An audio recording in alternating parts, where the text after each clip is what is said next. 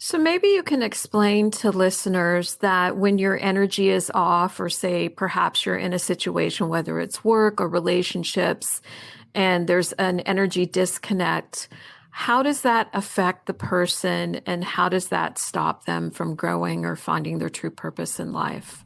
Oh, it can be many different ways. So, one of the ways is for if we're off, it's like things don't flow. If we're going in sort of the wrong direction, that our spirit's like, this doesn't really align with who you really are. Maybe you're on a track of what people think you should do. There'll be like a disconnect to the self, which can show up as anxiety, or it can show up as almost like a depression. It's like you're writing someone else's book. You're writing someone else's book. You're living in someone else's story.